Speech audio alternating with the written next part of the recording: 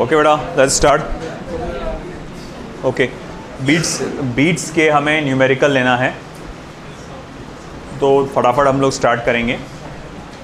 आप लोग भी लिखना स्टार्ट करो अपनी बुक्स में से, बाद में गैप में।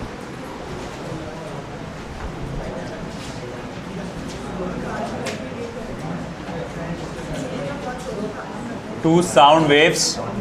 ओके बेटा, इनफ, हो गया। अब इधर ध्यान दो। Two sound waves having wavelengths 81 centimeter and 82.5 centimeter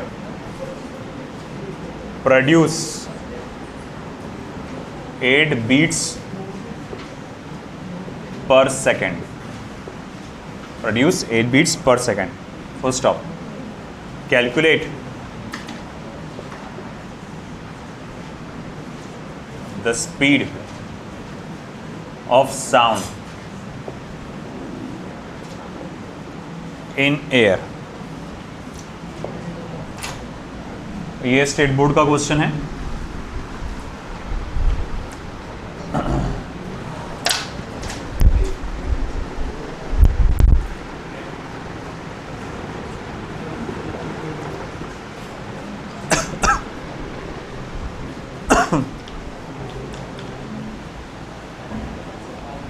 calculation इसका थोड़ा सा डिफ़िकल्ट रहने वाला है। ये विदाउट लॉगबुक नहीं हो पाएगा, ठीक है। मैं अभी फ़िलहाल वक्त की कमी के कारण डायरेक्ट उसके आंसर्स बताते जाऊंगा। सॉल्यूशन इसका देखिए कैसा रहेगा। अब हम लोग जानते हैं कि यहाँ पर बीट फ्रीक्वेंसी आपको कितना दिया हुआ है, 8 beats per second. N1 minus N2, एक खासा डिबेट होती है कि N1 माइनस N2 लिखना चाहिए कि N2 माइनस N1 लिखना चाहिए। डिपेंड करता है λ1 और λ2 की वैल्यू पे, है ना। देखो भाई, सिंपल सी बात है, n equals to v by lambda. n is inversely proportional to lambda. जिसका लैम्बडा कम उसका n ज़्यादा। लैम्बडा कौन सा कम है, फर्स्ट वाला कि सेकंड वाला? फर्स्ट वाला, यानी फर्स्ट वाली फ्रीक्वेंसी ज़्यादा होगी। तो what we should write n1 minus n2, ठीक है। अच्छे क्वेश्चंस लेंगे आप। देखो, N1 minus N2 is equals to 8 hertz, 8 beats per second है ना, 8 हर्ट्स। अब जैसे कि आप जानते हैं n equals to v by lambda, तो मैं यहाँ लिख सकता हूँ therefore v by lambda 1 minus v by lambda 2 is equals to 8, isn't it. इसमें से v कॉमन निकलेगा, तो क्या बचेगा, 1 upon lambda 1 minus 1 upon lambda 2 is equals to 8, यानी कि v is equals to 1 upon lambda 1 upon lambda 1 म्हणजे काय, 1 upon 81 into minus 1 upon 82.5 is equals to 8। Cross multiply करो, 82.5 माइनस 81 वो हो जाएगा 1.5 divided by 81 multiply by 82.5 is equals to 8। समझ में आया कि बेटा मैंने क्या किया यहाँ पे? क्रॉस मल्टीप्लिकेशन हुआ, 82.5 माइनस 81 वो क्या होगा, 1.5 ही होगा, अपॉन 81 मल्टीप्लाई बाय 82.5।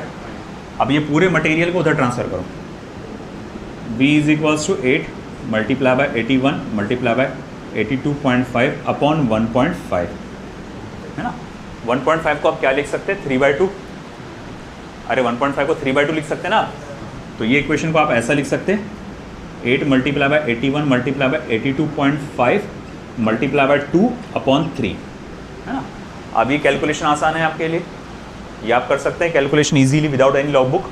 मल्टीप्लाई करना है, 3 से डिवाइड करना है, इसका आंसर आ जाएगा 356.4। Therefore v is equals to 356.4 metre per second.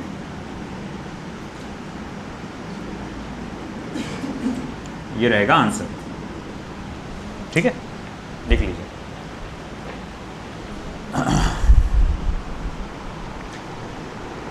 Once again from state board,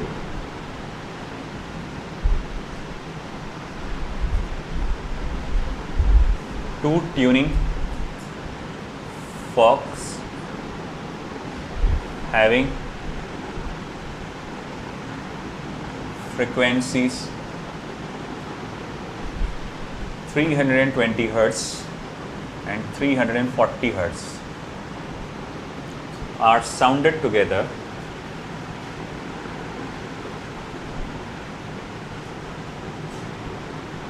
to produce sound waves. To produce sound waves. Full stop. The velocity of sound in air is 326.4 meter per second.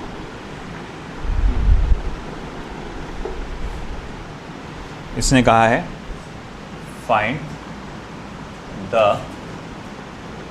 Difference in wavelength of the waves. Difference in wavelength of the waves calculate करिए.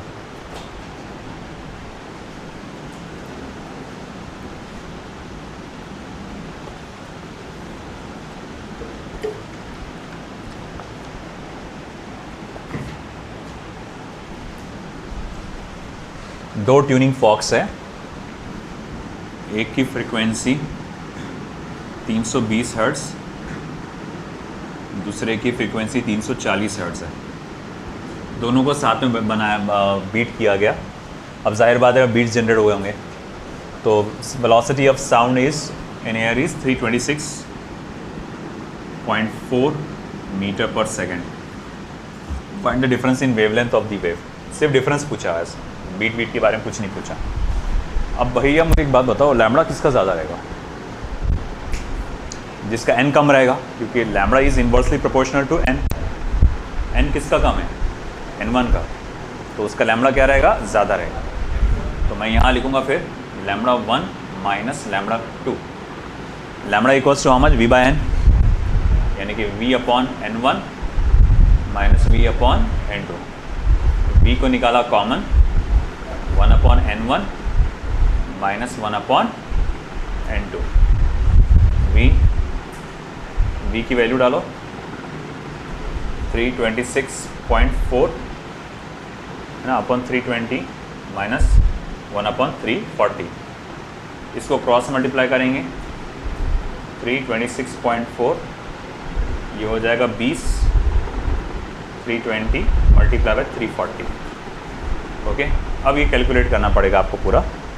देखो कितना आता है तो calculation.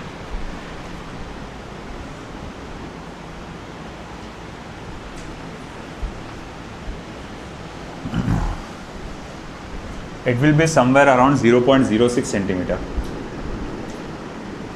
0.06 centimetre के आसपास इसका calculation आएगा.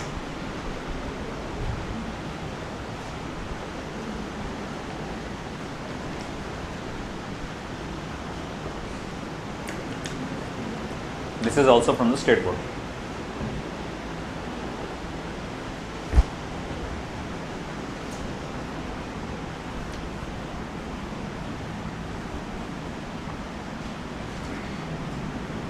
Next question again coming from state board, but very important for NEET as well. देखो बीट्स में ना मैं बोलूँगा ना सिर्फ दो टाइप के क्वेश्चन पूछते हैं नीट पे, ज़्यादातर दो टाइप के question.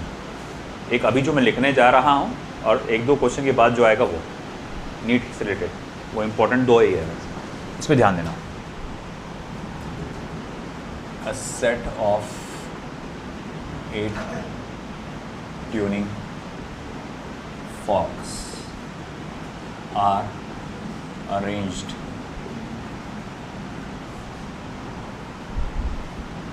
in series of increasing order of frequencies. Each fork gives 4 beats per second with the next one, and the frequency of last fork is twice that of the first.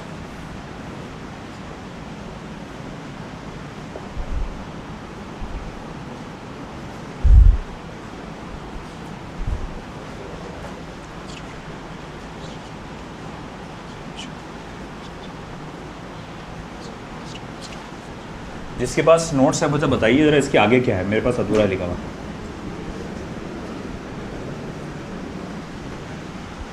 क्या notes आगे क्या चल?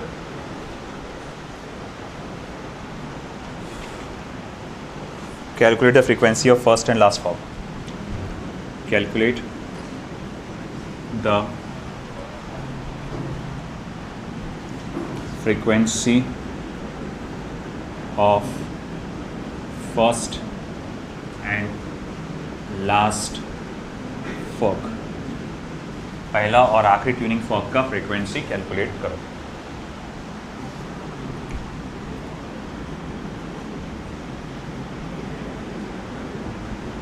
ये diagram बनाने की जरूरत नहीं है, सिर्फ समझाने के लिए।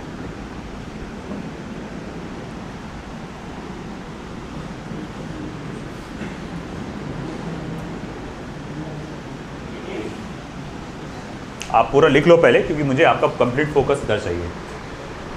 इंपॉर्टेंट प्रॉब्लम है ये वाला प्रॉब्लम सिर्फ दो तरह से पूछे जाते हैं, है ना। वो दोनों वेरिएशन मैं आपको बता दूंगा।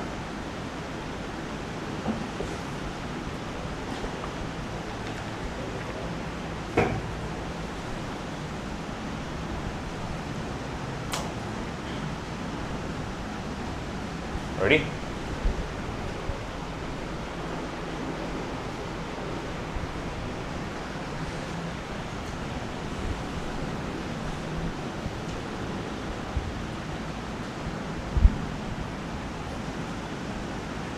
उधर का हो गया सभी का?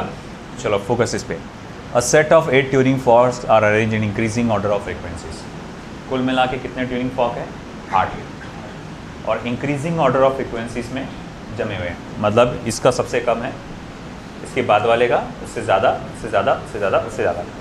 मैं थोड़ा सा डायग्रामेटिकली ऐसा बता सकता हूँ, है ना। आगे की बात, इंपॉर्टेंट बात, हर ट्यूनिंग फॉर्क अपने पिछले ट्यूनिंग फॉर्क के साथ मिलकर 4 बीट्स पर सेकंड क्रिएट करता है। यानी कि N2 minus N1 is equals to 4 hertz, है ना। हर ट्यूनिंग फॉर्क अपने पिछले वाले के साथ 4 बीट्स प्रोड्यूस करता है। अब कौन सा बड़ा है वो मायने रखता है, क्योंकि N2 बड़ा है इसीलिए मैंने N2 माइनस N1 लिया। अगर N1 बड़ा होता तो N1 माइनस N2 लेता। इसको उधर ट्रांसफर करो। N2 इज इक्वल्स टू क्या हो जाएगा बेटा फिर? 4N1, है ना। ठीक है, sorry N1 plus 4, equation number 1। अब इसी तरह से मैंने पहले 2 ट्यूनिंग फॉर्क का फॉर्मूला लिखा, इसी तरह से आप बाकी के 2 ट्यूनिंग फॉर्क का भी फॉर्मूला लिखो। तो आप लिखेंगे N3 minus N2 is equals to 4। तो देयरफॉर आप क्या लिख सकते हैं? N3 is equals to N2 plus 4। सही है ना बेटा? मगर N2 तो कितना है? N1 प्लस 4 है, तो मैं यहाँ लिख सकता हूँ therefore N3 is equals to N1 plus 4 plus 4, that is N3 is equals to N1 plus 8 होता, मैं इसको ऐसे लिख रहा, ट्वाइस ऑफ 4। चलो ठीक है, अभी का एक काम करो, अभी का 8 लिख लेते, चलो 8, ठीक है। इसे दे दो इक्वेशन नंबर 2। मैं लिख ही देता हूँ यहाँ पे साइड में, n1 plus 2 times of 4, 2 times of 4, है ना। चलो ठीक है, आपने n1 n2 का कॉम्बिनेशन देखा, आपने n2 n3 का कॉम्बिनेशन देखा, अब आप देखेंगे n3 n4 का कॉम्बिनेशन। तो वंस अगेन मैं क्या लिखूँगा, n4 minus n3 is equals to 4, that is n4 is equals to n3 plus 4।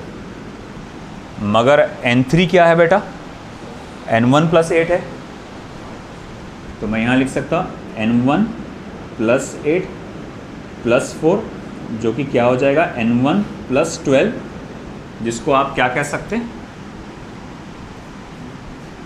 और n4 is equals to n1 plus 3 multiply by 4। आप ऐसे 3 बार सॉल्व करेंगे, ऐसा 3 बार, एक n1 n2 के लिए, एक n2 n3 के लिए, एक n3 n4 के लिए। 3 बार सॉल्व करके अपने को पैटर्न पता चल जाता है। जब n1 था, सॉरी जब आपको n2 निकालना था, तो ये n1 प्लस 4 आया था, जिसको मैं ये भी लिख सकता हूँ n2 is equals to n1 plus 1 multiply by 4। इसको बोल सकता ना मैं 1 मल्टीप्लाई बाय 4। अच्छा, जब n3 आया था तो उसको क्या लिख सकता था मैं, n1 प्लस 2 मल्टीप्लाई बाय 4। जब n4 आया तो मैं क्या लिख सकता था, n1 प्लस 3 मल्टीप्लाई बाय 4। अब अगर मैं n5 बोलूँगा तो उसका आंसर क्या आएगा, n1 प्लस 4 मल्टीप्लाई बाय 4। ऐसे ही चलते चलते चलते मैं आखिरी का देखूंगा n8, उसका क्या आएगा, n1 प्लस क्या लगता है यहाँ पर क्या आएगा, 7 मल्टीप्लाई बाय 4। आया ना, समझ में आया ना। 3 बार सॉल्व करने पे पैटर्न समझ में आ जाता कि ये पैटर्न कैसा है ना। ये n1 में 1 मल्टीप्लाई बाय 4, n1 में फिर बाद में 2 मल्टीप्लाई बाय 4, n1 में 3 मल्टीप्लाई बाय 4, यानी यहाँ पर जो भी आपका ट्यूनिंग फॉर्क है उससे एक कम। यहाँ 8वां था तो यहाँ पर 7 आ गया।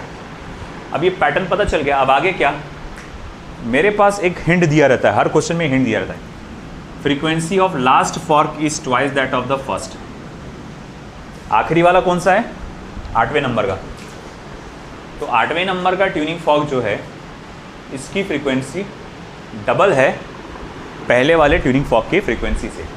कब देखो 2 आते हैं इसमें, अक्सर मैंने क्वेश्चंस में देखा है 2, एक तो डबल बूस्ट बोलता है कंडीशन, या एक ऑक्टेव। ऑक्टेव मतलब 8 गुना है ना। और अगेन मैं बोलूँगा डाइजेस्ट में मत जाना, डाइजेस्ट में कुछ पुराने सिलेबस के क्वेश्चन है जिसमें ऑक्टेव करके लिखा हुआ था। ऑक्टेव का मतलब क्या होता है, 8 गुना, मगर उसने सॉल्व किया डबल लेकर, तो उसने गलत किया वो सॉल्व, तो उस पर मत जाना है। ऑक्टेव का मतलब होता है 8 गुना। खैर, यहाँ हमने कहा कि आपका आखिरी का ट्यूनिंग फॉर्क जो है पहले वाले से 2 डबल है, तो n8 की वैल्यू डाल दो, twice of n1 is equals to n1 plus 7 multiply by 4। इधर आके माइनस होगा तो n1, 7 4 जा 28, तो 28 हर्ट्स, ये मेरे पास आंसर आ गया पहले का, है ना। अब मुझे क्या निकालना है, n8 भी निकालना है। n8 क्या हो जाएगा, 2 मल्टीप्लाई बाय 28, कितना हो जाएगा, कितना हो जाएगा, 56 हर्ट्स। देखो, आपसे पहले और आखिरी के बारे में पूछा, मगर ऐसा ज़रूरी नहीं कि हमेशा पहला और आखिरी बोलेगा, बीच का भी कोई भी पूछ सकता है आपसे। जैसे मिसाल के तौर पे मैं बोलता हूँ कि मुझे पता लगाओ 4th ट्यूनिंग फॉर्क की फ्रीक्वेंसी क्या है। पूछा नहीं है, मगर मैं अपनी तरफ से जोड़ रहा हूँ, 4th ट्यूनिंग फॉर्क की फ्रीक्वेंसी क्या है। तो आप क्या लिखेंगे, n1 प्लस 3 मल्टीप्लाई बाय 4, है ना, 4th ट्यूनिंग फॉर्क की। n1 तुम ऑलरेडी निकाल चुके 28, है ना, जो कि क्या हो जाएगा 28 प्लस 12, कितना हो जाएगा ये 50, 40 की 50 नहीं 40 40 हर्ट्स। आया समझ में, है कि नहीं। तो बीच में से भी कोई पूछ सकता है।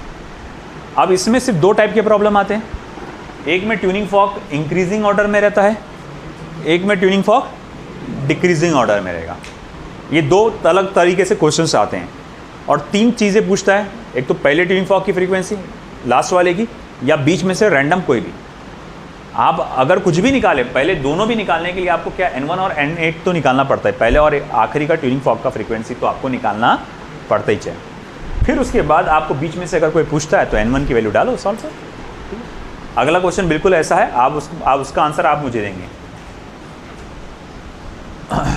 आई होप ये वाला हो चुका होगा।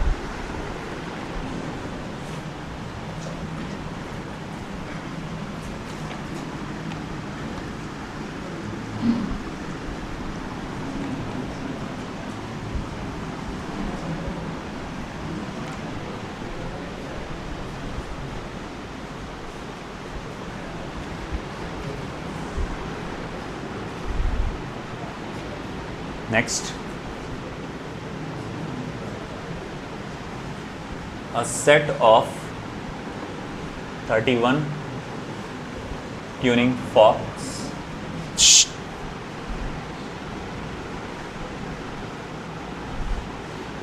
is arranged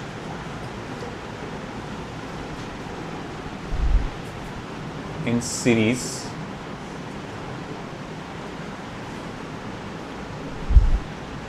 of decreasing frequencies such that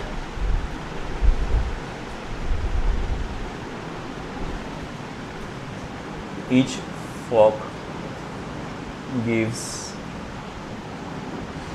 5 beats per second with the preceding one, and the frequency of the first fork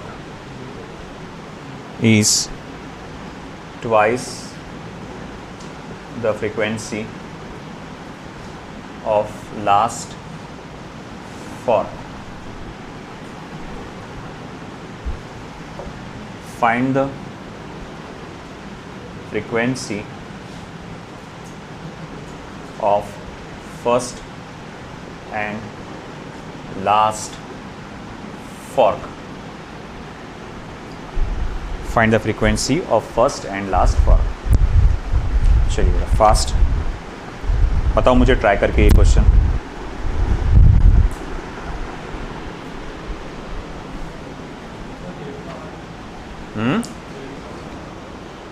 डेढ़ सौ आ रहा फर्स्ट का और लास्ट का 300, नहीं लास्ट का 150, फर्स्ट का 300।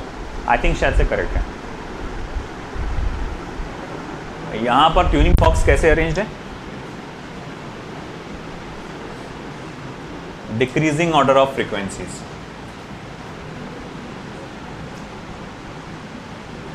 ये N1, N2, N3, N4, N31 इसका सबसे ज़्यादा है और सबसे कम किसका है बेटा? लास्ट वाले का। और हर ट्यूनिंग फॉर्क अपने प्रीसीडिंग के साथ 5 बीट्स पर सेकंड जनरेट करता है। मतलब इन दोनों को साथ में बजाएंगे तो 5 बीट्स सुनाई देंगे, फिर इन दोनों को साथ में बजाएंगे तो 5 बीट्स। चलो करो, ट्राई करो। 150 और 300 आ रहा है ना?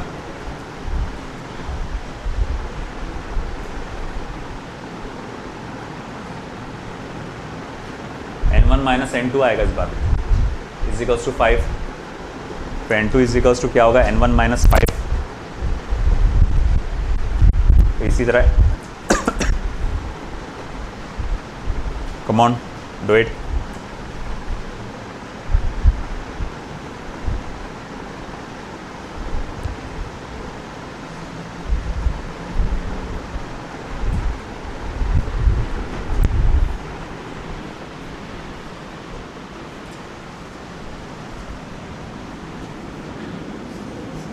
यस बेटा।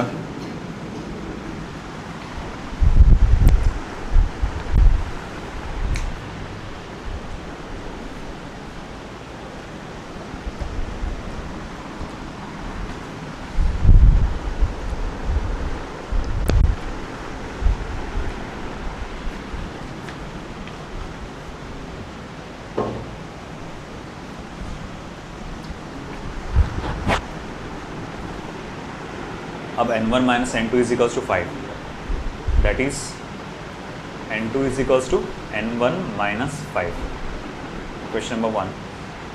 फिर उसके बाद n2 minus n3 is equals to 5, इसका मतलब n3 is equals to n2 minus 5। अब अगर n2 की वैल्यू मैं यहाँ डालूँगा n1 माइनस 5 माइनस 5, ये हो जाएगा n1 माइनस 2 मल्टीप्लाई बाय 5, है ना। क्वेश्चन नंबर 2, ये n3 की वैल्यू आई। इसी तरह से n4 या n3 minus n4 is equals to 5, तो मैं यहाँ लिखूँगा दैट इज आपका n4 इज इक्वल्स टू, ये हो जाएगा n3 minus 5, therefore n4 is equals to, ये हो जाएगा n1 माइनस 3 इंटू 5, है कि नहीं। ऐसे ही करते करते करते करते करते n31 is equals to n1 minus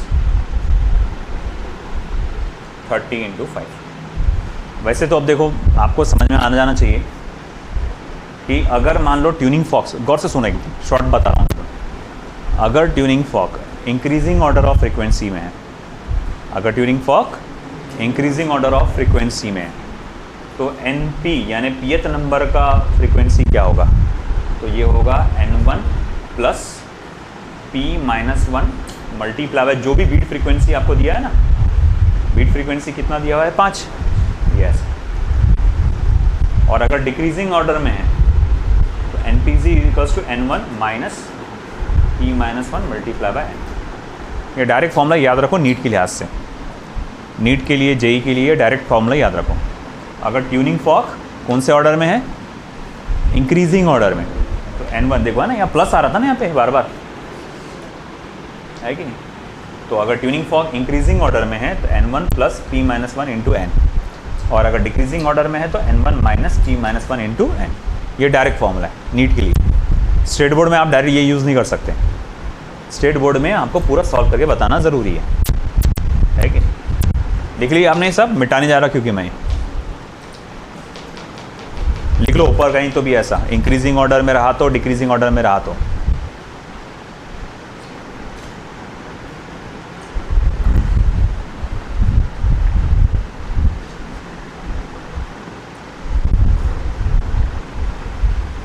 increasing order में रहा तो डिक्रीजिंग ऑर्डर में रहा तो।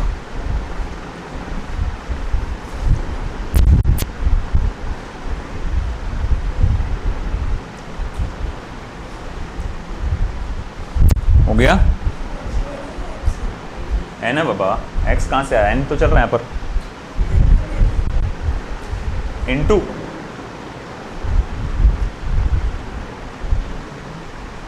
हुआ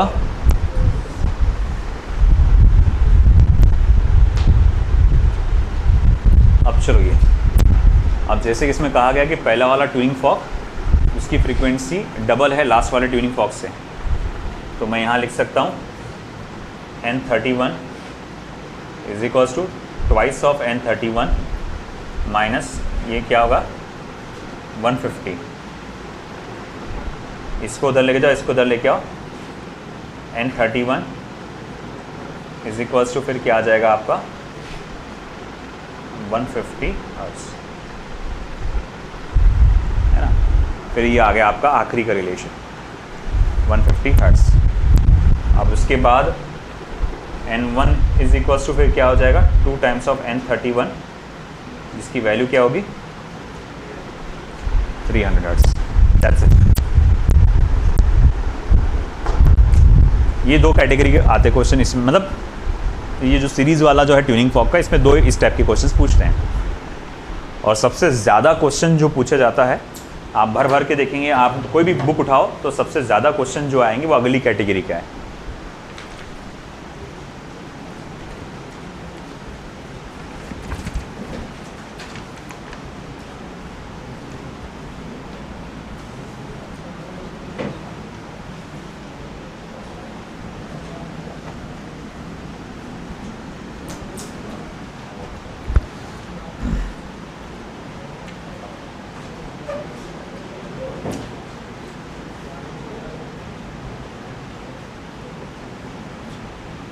tuning fork capital A produces 3 beats per second with a tuning fork capital B of frequency 512 Hertz. First stop. When a little wax is stuck to prong of capital A, the number of beats heard per second becomes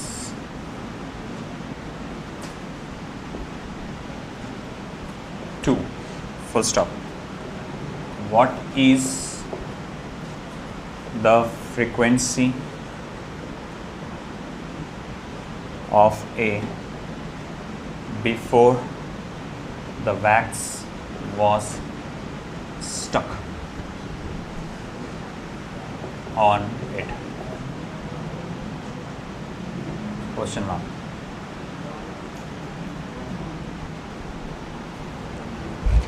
ये question answer तो मतलब ऐसा है कि पहले ही मिल जाता है इसका, मगर इसके प्रॉब्लम ये होता है कि इसके 2 आंसर्स मिलते हैं और हमको ये आइडेंटिफाई करना पड़ता है कि इसमें से सही आंसर कौन सा होगा।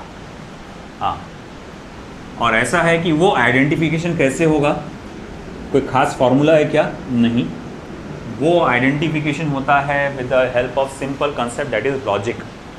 सिर्फ लॉजिक के बेस पे इसका आंसर निकल जाता है। बोलते हैं ना कॉमन सेंस, अगर आप कॉमन सेंस प्रॉपरली यूज़ कर पाए तो वो आपका आंसर निकल जाता है ना। तो सब लोग अपना कॉमन सेंस पूरा ऑन रखो, इधर उधर ध्यान मत दो।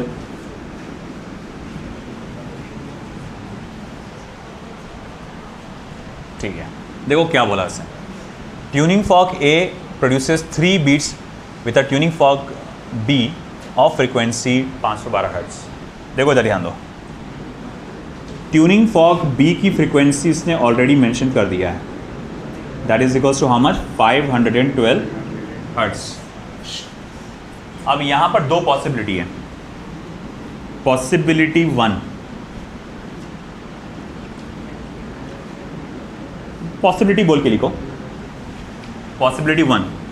पॉसिबिलिटी 1 में ये मान के चलो कि Na is greater than Nb, Na Nb से बड़ा है, तो Na माइनस Nb कितने बीट्स था? 3 बीट्स, 3 बीट्स पर सेकेंड होगा। देयरफॉर Na इक्वल्स टू क्या हो जाएगा बेटा?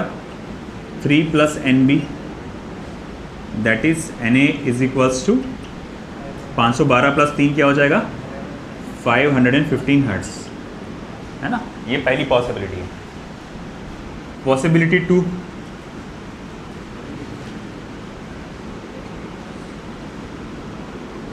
आप ये मान के चलेंगे कि Na is less than Nb, तो इस सिचुएशन में Nb minus Na equals to 3 है बेटा, है ना। और मैं कहूँगा देयरफॉर Na क्या हो जाएगा? वो हो जाएगा Nb minus 3, that is Na is equals to 512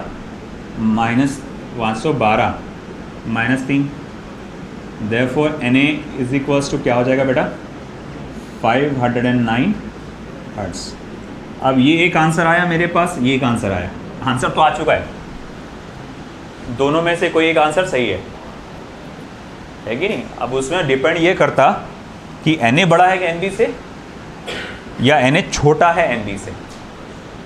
बात समझ रहे क्या बेटा? पहले ये समझो, आपको Nb दिया, बीट फ्रीक्वेंसी दिया, तुमको मालूम है बीट फ्रीक्वेंसी में डिफरेंस लेना पड़ता फ्रीक्वेंसी का, तो भैया आपने डिफरेंस लिया, आंसर आ रहा। मगर Na माइनस Nb लूँ कि Nb माइनस Na लूँ? डिपेंड करता है Na और Nb की वैल्यू पे। तो आंसर तो आ चुके, इन दोनों में से कोई एक है कौन सा? अब वो जज होगा आगे की बात पर, वो डिपेंड करता है आगे की बात पर। अब यहाँ पर अगेन मैं बोला इतने पार्ट में फिर कॉमन सेंस का इस्तेमाल करना है कि नहीं? आप देखो गौर से, बात सुनो अच्छे से। आपने Na माइनस Nb किया, तब कितना बीट्स पर सेकंड सुनाई दे रहा था? ये Nb माइनस Na करो जो भी है, वो कितना बीट्स पर सेकंड सुनाई दे रहा था? 3। गौर से सुनो बात को, हाँ गौर से सुनो। अब आपने क्या किया, A के प्रॉन्ग को, A का जो प्रॉन्ग है, ट्यूनिंग फॉर्क A जो है, उसके प्रॉन्ग्स को तुमने वैक्स लगा दिए। क्या लगा दिए? वैक्स। अब जब तुम उसको हिट करेंगे तो वो एकदम तेज़ी से वाइब्रेट कर पाएगा क्या? नहीं, उसमें क्या लग गया? वैक्स। वैक्स क्या करेगा? उसके मोशन को रिस्ट्रिक्ट करेगा, तो ये थोड़ा धीरे धीरे वाइब्रेट होगा। अब धीरे धीरे वाइब्रेट होगा, इसका मतलब उसकी फ्रीक्वेंसी क्या हो जाएगी? कम हो जाएगी, है कि नहीं? याद रखना, अगर A और B को साथ में वाइब्रेट किया अपन ने तो कुल मिला के कितने बीट्स पर सेकंड सुनाई दे रहे है ना? 2 नहीं, 2। देखो ना, when a little wax is stuck, है ना? देखो वैक्स लगाने से पहले, वैक्स लगाने से पहले 3 बीट्स पर सेकंड सुनाई दे रहे थे, मगर मैंने A वाले को क्या लगा दिया? वैक्स। अब इसको करा तो इसका थोड़ा मोशन स्लो हो गया, ये अपने अभी भी वैसे ही कर रहा, मगर अब कितने बीट्स पर सेकंड सुनाई दे रहे? 2 बीट्स पर सेकंड सुनाई दे रहे। आपको मालूम है कि वैक्स लगाने के बाद क्या हुआ होगा? वैक्स लगाने के बाद क्या हुआ होगा? इसका स्लो हो गया, इसका फ्रीक्वेंसी स्लो हो गया होगा। अब ये बात देखो गौर से, है ना? After the wax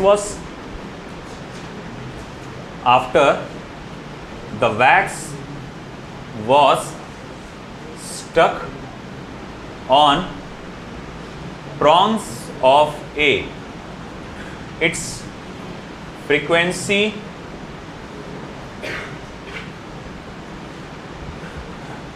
is reduced to N-A। जब आपने A ट्यूनिंग फॉर्क के प्रॉन्ग पर वैक्स लगा दिए, उसकी फ्रीक्वेंसी कम हो गई, और कितनी हो गई बेटा? N-A हो गई, है ना? ये किसकी फ्रीक्वेंसी है? आपके ट्यूनिंग फॉर्क A की, है ना? Now when the tuning fork A is sounded together with tuning fork B। अब अगर मैंने क्या किया, ट्यूनिंग फॉर्क A को ट्यूनिंग फॉर्क B के साथ साउंड किया, है ना? तो अब ऐसा है, अगर मान लो if Na was greater than Nb, मान लो मैं पहली वाली कंडीशन पकड़ के चलता हूँ, Na was greater than Nb, then N-A minus Nb will be less than 3। अब मुझे एक बात बता, जस्ट मिनट बता, मान लो 10 minus 5 is equals to 5 होता है, ये वाले नंबर को छोटा कर दो, 9 minus 5 करो, आंसर क्या हो जाएगा? कितना हो जाएगा? 4, है ना?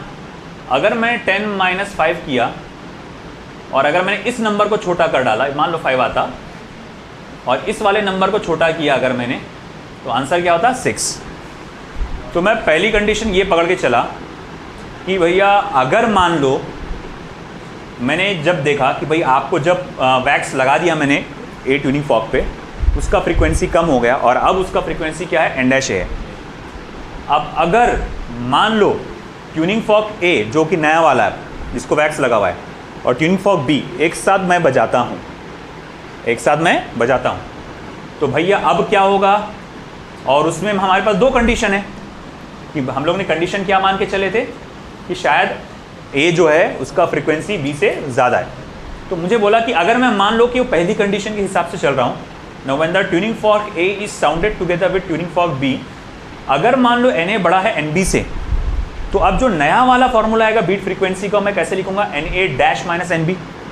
अब क्योंकि ये वैल्यू पहले से छोटी हो चुकी है, ये वैल्यू पहले से छोटी होगी ना, वैक्स लगाने की वजह से छोटी होगी, तो अब इसका जो भी आंसर आएगा वो 3 से कैसा आएगा? छोटा आएगा, क्योंकि आपने ये नंबर को छोटा कर दिया। पहले आंसर कितना आ रहा था? 5, यानी पहले आंसर कितना आ रहा था? 3, पहले कितना आ रहा था आंसर 3, तो बोले पहला आंसर 3 आ रहा था, है ना। अब जो भी है ये नंबर छोटा करने से क्या होगा, 3 से कम आएगा। तो बोले हाँ ये बात तो सही है, 3 से कम आएगा। अच्छा अगर उसका दूसरा कंडीशन समझूं तो मैं, अगर, है ना, अगर मान लो, जस्ट अ मोमेंट,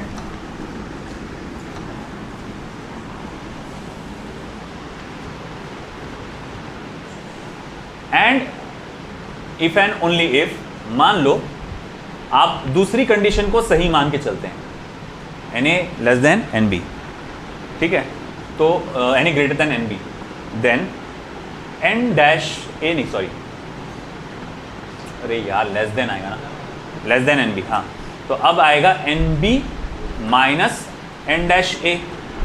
बात समझ रहे आप। अब कौन सी कंडीशन मान के चल रहा मैं, सेकंड कंडीशन। मान लो कि बड़ी फ्रीक्वेंसी कौन थी, Nb, है ना, और Na क्या है, छोटी है। तुमने वैक्स लगा के इसको क्या कर दिए, और छोटा कर दिए। तो अब क्योंकि बड़ी क्या है, Nb है, अपन बड़े में से छोटा माइनस करते, तो Nb माइनस N डैश ए, जो भी आंसर आएगा वो 3 से ज़्यादा आएगा, as per the given data, as per the given data. अब अगर मैं पूरा क्वेश्चन को अच्छे से पढ़ूंगा तो उसमें दिया हुआ है the number of beats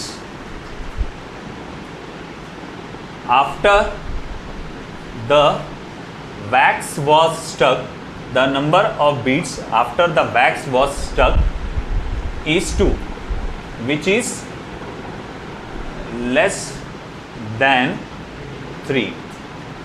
Hence, first possibility is correct, while second possibility is wrong, है ना।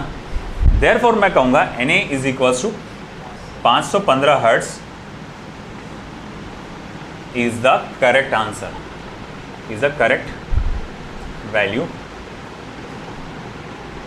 of frequency of a tuning fork। आया क्या समझ में, ये हो गया आंसर। तो देखो यहाँ आंसर तो पहले ही आ चुका था, प्रॉब्लम ये थी, ये समझ में नहीं आ रहा था सही कौन सा है, क्योंकि इसने बताया नहीं था कि आपका ए ट्यूनिंग फॉर्क बड़ा है कि या बी ट्यूनिंग फॉर्क बड़ा है, ये बताया नहीं था। तो मैंने पहली कंडीशन में मान के चला कि ए ट्यूनिंग फॉर्क बड़ा है, इसकी फ्रीक्वेंसी ज़्यादा है, तो उसके हिसाब से आंसर भी लिख दिया। बी ट्यूनिंग फॉर्क बड़ा होता तो उसके हिसाब से भी आंसर लिख दिया। फिर मैंने बोला देख भाई तुमने क्या करे, वैक्स लगाए ए को, और ए को वैक्स लगाने के बाद तो तुमको पक्का मालूम है कि वैक्स लगाने के बाद उसकी फ्रीक्वेंसी कम हो जाएगी, एन डैश ए जो भी रहेगा it will be less than of N A, है ना। अब उसके बाद जब नया वाला वैक्स लगाए बाद ट्यूनिंग फॉर्क तुमने साउंड करेंगे एक साथ जो भी, अगर मैं पहली कंडीशन के हिसाब से चलूँ तो फॉर्मूला क्या आएगा, N dash A minus N B, है ना। पहले N A minus N B था, अब नया वाला क्या हो गया, N dash A minus N B. अब एन डैश ए क्या है, कम है, रख दो, एन डैश ए क्या है, कम है, तो जाहिर बात है आंसर भी क्या होगा, 3 से कम होगा, है ना। तो भैया और अगर मैं दूसरी कंडीशन को सही मान के चलता तो अब ये वैल्यू अगर कम हो रही तो जाहिर बात है आंसर 3 से बड़ा आएगा। मगर चिल्ला चिल्ला के उसने क्वेश्चन बोल दिया कि आंसर 2 है, आंसर क्या है, 2 है, जो कि 3 से क्या है, कम है। अब कम है तो ये वाली कंडीशन सही है फिर, है ना। ये किस पर आधारित है, फर्स्ट पॉसिबिलिटी पे, जिसका आंसर क्या आएगा, 515 हर्ट्ज। ठीक, ये पूरा लिखना पड़ेगा आपको बोर्ड में, है ना। नीट में तो चलो भाई आपको थ्योरी लिखना नहीं, अपने ध्यान देना बस, लिखो। अगला भी इसी टाइप पे बेस्ड है, ट्राई करो उसको, कंसेप्ट बस उसका अपोजिट है।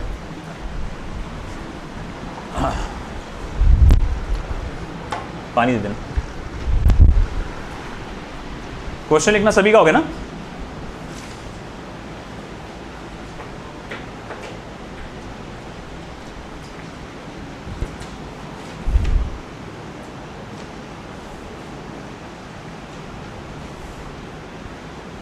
सिक्स्थ वाला मैं वैसे ही करूँगा, आपको सॉल्व करके दिखा दूंगा।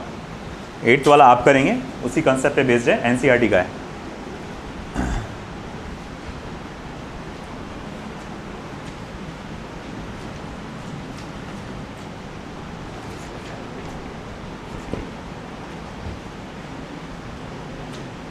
a tuning fork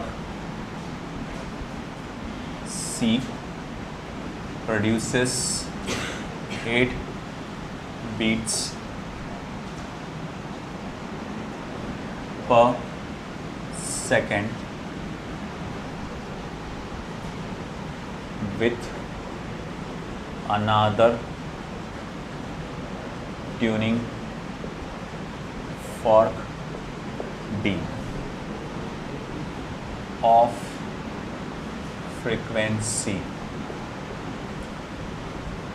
340 Hertz. First stop. When the prongs of fork C is filed a little, comma, the number of beats per second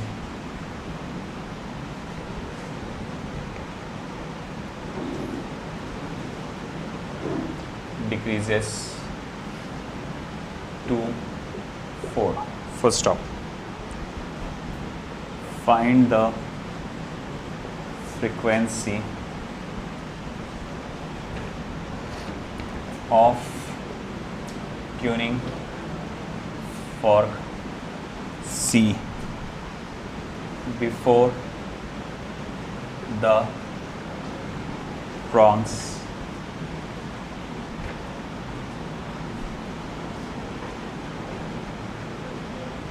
were filed. Filing का मतलब क्या होता है? फाइल्ड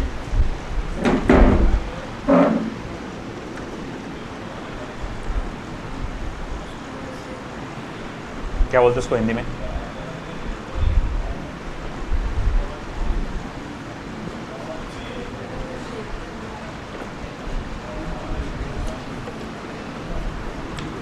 हम जो देखी यार,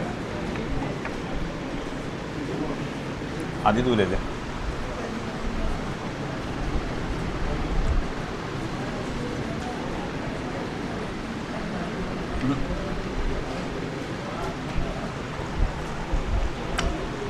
फाइलिंग का मतलब क्या हुआ? अरे क्या है सिंपल वर्ड क्या उसके लिए? फाइल्ड, फाइल्ड लिटिल है ना, फाइल्ड घसना, घस के इसको तराशते ना, मतलब साफ, मतलब एकदम उसको, कोई चीज़ अगर पुरानी जंग खाई भी रहती है उसको घस घस के अपन थोड़ा सा चमका देते, एकदम फ्रेश कर देते, वैसा। अच्छा तुमको एक बात बताओ, मान लो तुम्हारे पास बहुत पुराना ट्यूनिंग फॉर्क है, जंग खाया हुआ है पूरा, उसको तुम वाइब्रेट कर रहे है ना, वो वाइब्रेट हो रहा है सर्टेन फ्रीक्वेंसी से, तुम उसको जब घस देंगे, अच्छे से साफ़ कर देंगे, उसकी फ्रीक्वेंसी पहले से कम होगी कि बढ़ेगी? बढ़ जाएगी, है ना। फाइलिंग से मतलब फ्रीक्वेंसी बढ़ती है। अब इस बात को ध्यान दो, करो सॉल्व, ये इसी कंसेप्ट पे बेस्ड है। फिर से वही होगा, N C minus N D equals to, आपको दिया हुआ है कितना? 8 beats per second. N D की वैल्यू बता दिया उसने, एक तो 348 आएगा या 332 हर्ट्ज आएगा, दोनों में से कोई एक करेक्ट है। कौन सा करेक्ट है?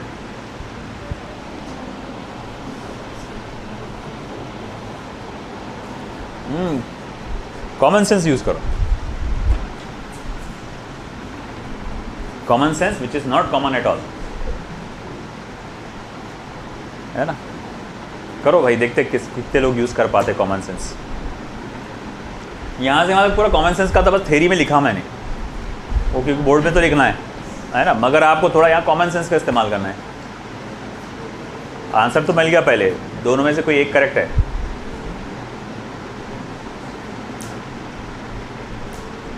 सोचो,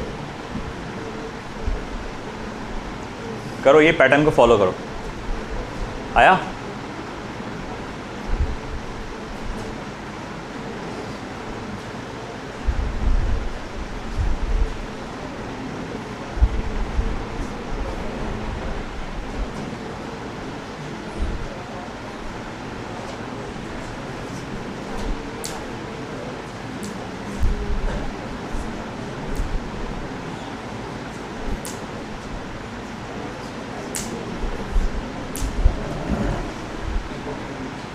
342 वाला 342 कि 348 332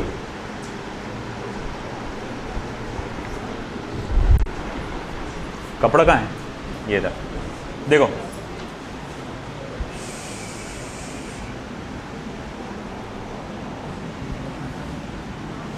सबसे पहले तो ट्यूनिंग फॉर्क डी की फ्रीक्वेंसी मुझे दी गई है 340 हर्ट्ज। फिर ये पॉसिबिलिटी 1 आया,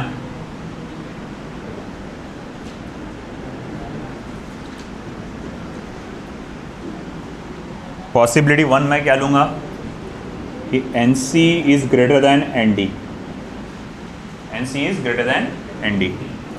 अगर ऐसा हुआ तो N C minus N D equals to 8 beats per second बोला ना। तो इसके बाद एन सी की वैल्यू क्या हो जाएगी फिर एन डी प्लस 8, जो कि क्या हो जाएगा 348 हर्ट्ज। ये आ गया पहला आंसर, पॉसिबिलिटी 1 जिसको मैं बोलूँगा। फिर उसके बाद दूसरी possibility,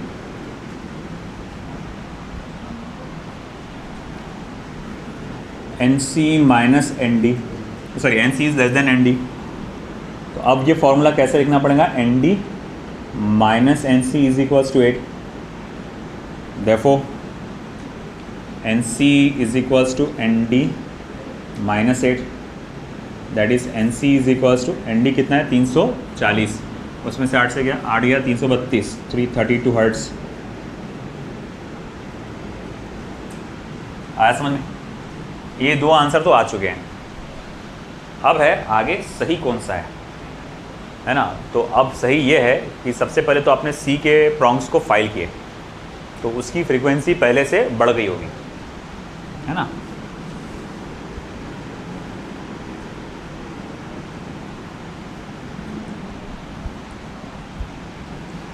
after filing the prongs of tuning fork A,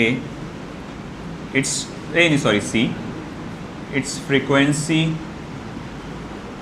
must have increased, उसकी जो फ्रीक्वेंसी है पहले से बढ़ गई होंगी, that is N dash C is greater than N C.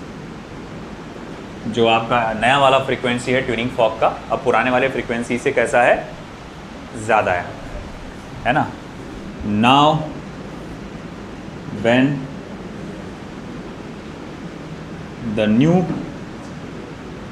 The filed prong ray is sounded,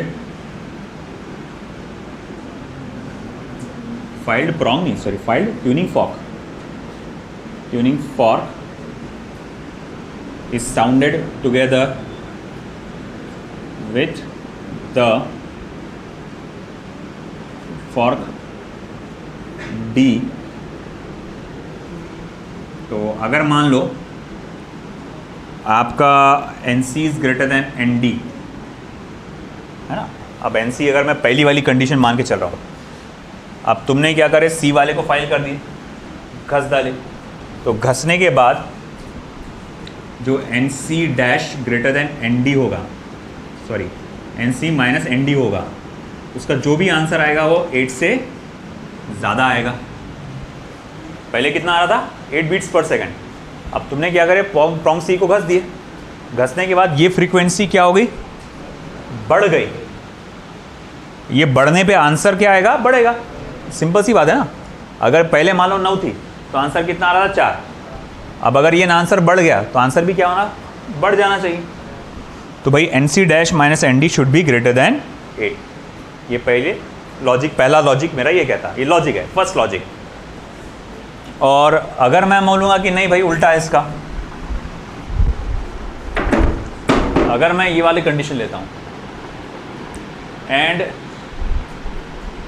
if N C is less than N D, अगर मान लो एन सी जो है छोटा है एन डी से, तो फिर अब ये जो फॉर्मूला रहेगा एन डी, पहले क्या था, N D minus N C is equal to 8 था, है ना पहले, मगर तुमने क्या करे, एन सी को बढ़ा दिए घस के, तो बढ़ने के बाद एन सी डैश हो गया। अब क्योंकि ये वैल्यू बढ़ गई पहले से, पहले मान लो 4 थी, बाद में बढ़कर ये 5 हो गई, तो आंसर पहले से छोटा हो जाएगा। तो जो भी आंसर होगा वो पहले से क्या होगा, छोटा हो जाएगा। अब अगर मैं बोलूँगा ठीक है, अब हमको डेटा में जो दिया वो क्या दिया हुआ है,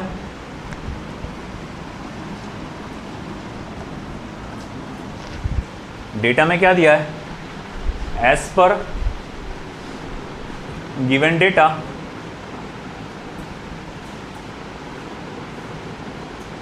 after filing fork C when it was sounded together with fork D 4 beats है ना, 4 beats were produced which is less than 8, है ना। तो therefore second possibility is correct. तो भैया हमने क्या बोला, तुमने जब वो प्रॉन्ग को घस के तुमने वापस एक साथ बजाए डी के साथ, तो भाई 8 आपके number of beats per second क्या है, 4 है, मतलब पहले से कम वैल्यू रिड्यूस हुई है। ये कब पॉसिबिलिटी होती है, सेकंड कंडीशन में। देखो दिया हुआ है ना कि आप जब साथ में बजाएंगे इसको, आप ये पहले से कम आएगा, 8 से कम आएगा, है ना। तो इसीलिए सेकंड पॉसिबिलिटी क्या है, कर ये कब आया, जब सेकंड पॉसिबिलिटी लिया आपने, N C is less than N D, तो इसीलिए second possibility is correct, that is N C is equals to 332 hertz. आ गया आंसर। अब थोड़ा सा घुमा फिरा के ये भी पूछ सकता कि भाई बताओ, आप घसने के बाद नए ट्यूनिंग फॉर्क की फ्रीक्वेंसी क्या है। घसने के बाद ये अभी मतलब इसमें नहीं है, बोर्ड में नहीं, नीड में पूछ सकता। घस दिए ना आपने ट्यूनिंग फॉर्क को, तो नई वाली आप बताओ नई वाली फ्रीक्वेंसी क्या है, एन सी डैश की वैल्यू। तो जैसे हमने अभी पता लगाया ना कि सेकंड पॉसिबिलिटी करेक्ट है, तो अब क्या करेंगे, यहाँ डालेंगे ये वाला N D minus N C dash, कितना था वो, 4 था, तो N D minus 4 is equals to N C dash, N D minus 4, N D कितना था आपका 340, उसमें से 4 माइनस करो, कितना हो जाएगा 336 हर्ट्ज। ये पूछा नहीं है मगर बता रहा हूँ मैं, अगर पूछा तो ये भी पूछ सकता है। इसने क्या बोला, ओरिजिनल फ्रीक्वेंसी पूछा कि भाई फाइल करने से पहले क्या फ्रीक्वेंसी थी, ये भी पूछ सकता है फाइल करने के बाद फ्रीक्वेंसी क्या होगी। टेंशन नहीं, आपको ये फॉर्मूला लेना पड़ेगा फिर, N D minus N C dash is equals to 4, और आप आंसर आ जाएगा। आया समझ में? ऑलमोस्ट हमने सारे एस्पेक्ट्स कवर कर डाले। अब आपका जो लास्ट वाला प्रॉब्लम है वो एनसीईआरटी का है, लास्ट वाला सितार वाला, 2 सितार ए और बी प्लेइंग गा, है ना, सारे गामा पा का गा are slightly out of tune. वो साथ में 6 बीट्स 6 हर्ट्ज यानी 6 बीट्स पर सेकंड प्रोड्यूस करते हैं, ए और बी। अब बाद में आपने टेंशन बढ़ा दिए, टेंशन बढ़ाने से क्या होता है, फ्रीक्वेंसी बढ़ जाती। किसका टेंशन बढ़ाया आपने, ए का, है ना। और अब उससे बढ़ाने के बाद आपने ये देखा कि 3 हर्ट्ज फ्रीक्वेंसी हो गई है, तो बोल रहा है कि भाई अगर ए की ओरिजिनल फ्रीक्वेंसी 324 हर्ट्ज थी तो बी की फ्रीक्वेंसी क्या है वो पता लगाओ। ये मैं आपके ज़िम्मे छोड़ रहा हूँ, एनसीईआरटी का है, प्लीज़ करो। नहीं समझ में आया तो मेरे से पूछो, ये इंपॉर्टेंट क्वेश्चन है, करो इसको, है ना, आखिरी वाला। अब एक बच्चा अपना फिर इसका 7th नंबर का, चलो वो ले लेते हैं। ये हो गया आपका,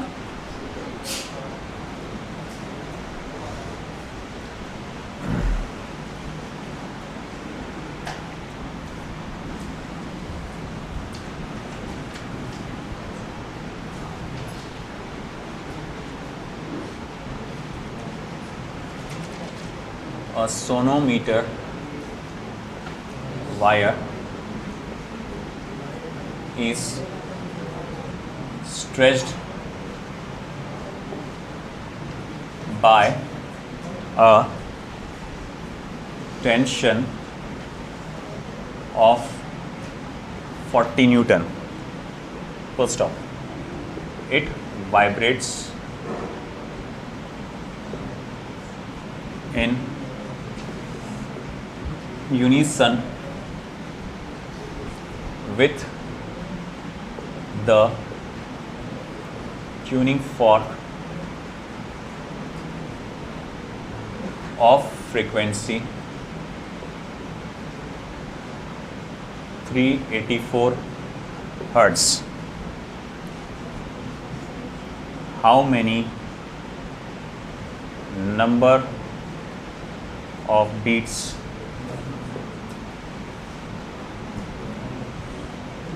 get produced in 2 seconds if tension in the wire is decreased by 1.24 Newton.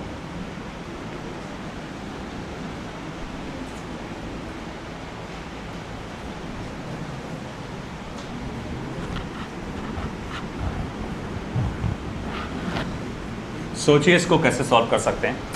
पहले क्वेश्चन को पढ़ो अच्छे से। यूनिसन मतलब उसके साथ उसके जैसा।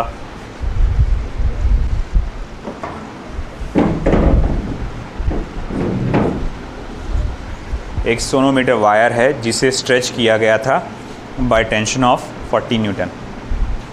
बाद में बोला गया कि देखो जब उसको ट्यूनिंग फॉर्क के साथ वाइब्रेट किया गया जिसकी फ्रीक्वेंसी 384 हर्ट्ज़ थी। मतलब देखो जब वायर का टेंशन 40 न्यूटन था, हमने ऑब्ज़र्व किया कि वायर उसी फ्रीक्वेंसी से वाइब्रेट कर रहा है जो कि ट्यूनिंग फॉर्क की फ्रीक्वेंसी थी। बात समझे क्या? जब वायर का टेंशन कितना था 40 न्यूटन, तो वायर उसी फ्रीक्वेंसी से वाइब्रेट कर रहा है जितनी आपकी ट्यूनिंग फॉर्क की फ्रीक्वेंसी थी। बाद में बोला उसने आपने वायर का जो टेंशन है 1.24 न्यूटन से कम कर दिया, यानी कुछ वो 38.76 न्यूटन आया होगा। तो अब जो नई ट्यूनिंग फॉर्क की जो फ्रीक्वेंसी है वो शायद से उसने जो भी आएगी नई ट्यूनिंग फॉर्क की फ्रीक्वेंसी N2, तो आपको बोलना है कि अब अगर सपोज़ करो आपने टेंशन कम कर दिया तो वायर की फ्रीक्वेंसी पहले से कम हो जाएगी, है ना। बात समझ रहे कि बेटा आप? वो देखो सोनोमीटर डब्बा रहता था, वायर अपन लगाते थे, वज़न लटकाते थे। पहले उस पर वज़न कितना था 40 न्यूटन का। आप ये ट्यूनिंग फॉर्क और वायर को साथ में वाइब्रेट कर रहे हैं। आप क्या देख रहे हैं? वायर और ट्यूनिंग फॉर्क दोनों भी सेम फ्रीक्वेंसी से वाइब्रेट कर रहे हैं। अब हल्का सा वज़न आपने कम किए, अब फिर से दोनों को एक साथ वाइब्रेट कर रहे हैं। तुमको क्या लगता है वायर अब फिर से पुरानी वाली फ्रीक्वेंसी पे वाइब्रेट होगा क्या? अब वायर की फ्रीक्वेंसी हल्की सी चेंज होगी, मगर ट्यूनिंग फॉर्क की फ्रीक्वेंसी तो अभी भी वही है। तो अब ट्यूनिंग फॉर्क की फ्रीक्वेंसी है ना, और अब वायर की नई वाली फ्रीक्वेंसी जो है मिलकर कितने बीट्स पर सेकंड देते? नंबर वही पूछा कितने बीट्स पर सेकंड जनरेट करेंगे वो पता लगाओ। अब देखो अपने पास ट्यूनिंग फॉर्क की फ्रीक्वेंसी है, अपने को वायर की नई वाली फ्रीक्वेंसी ढूंढना पड़ेगा। वायर की नई वाली फ्रीक्वेंसी ढूंढना पड़ेगा, और वो वायर की नई वाली फ्रीक्वेंसी और ट्यूनिंग फॉर्क की फ्रीक्वेंसी को माइनस करो, आपको आंसर मिल जाएगा। फिर ट्राई करो, सोचो एक बार कैसे सॉल्व कर सकते हैं।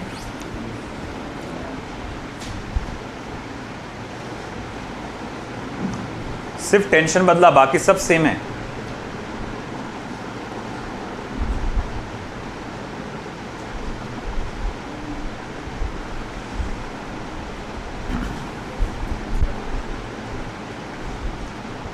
टेंशन कम किए तो मतलब फ्रीक्वेंसी पहले से कम हो गई होंगी।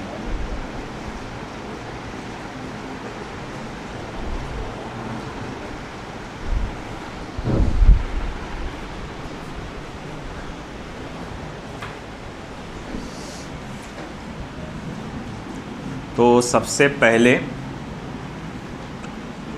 जो टेंशन था वो था 40 न्यूटन।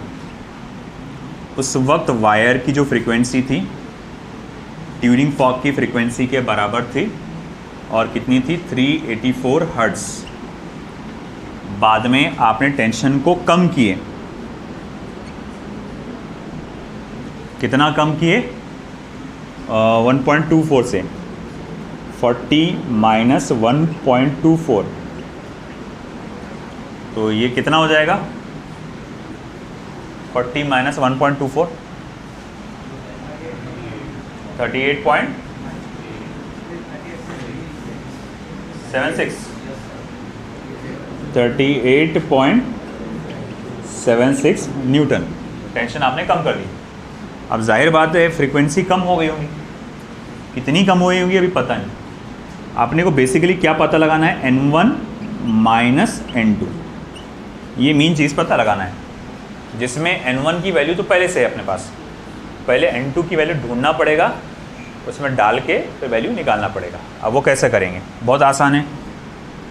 मैं जानता हूँ फंडामेंटल फ्रीक्वेंसी का अगर फॉर्मूला देखा जाए 1/2L √ऑफ T/μ होता है। अगर लेंथ और लीनियर डेंसिटी कांस्टेंट है तो फ्रीक्वेंसी किस पे डिपेंड करती, सिर्फ और सिर्फ टेंशन पे। तो फिर मैं यहाँ लिख सकता हूँ देयरफॉर N2/N1 अगर मैं करूँगा तो वो आ जाएगा √ऑफ T2 और T/T1, that is N2 is equals to N1 multiply by √ऑफ T2/T1।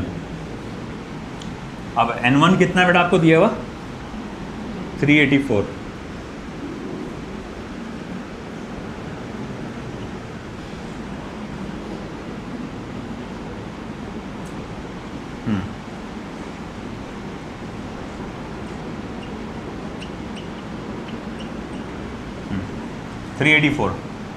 T2 कितना दिया हुआ है आपको, 38.76 अपॉन 40। अब ये लॉग बुक से करना पड़ता है बेटा, ये वाला कैलकुलेशन पूरा लॉग बुक से करना पड़ता है, बट मैं इसका आंसर बता देता हूँ डायरेक्टली। इसका कुछ आंसर आएगा 378 हर्ट्ज आएगा इसका आंसर, अराउंड अप्रॉक्स में 378 हर्ट्ज, ये इसका आंसर आ जाएगा 378 हर्ट्ज कैलकुलेशन के बाद।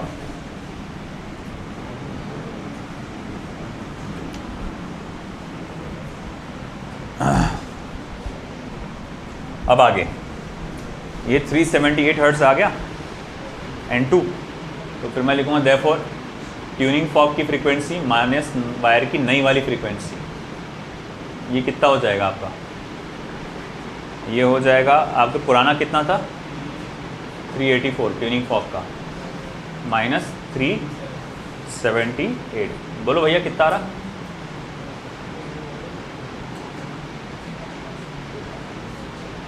ये 2 बचे इसके 4 6 आएगा 6 हर्ट्ज, यानी 6 बीट्स पर सेकेंड।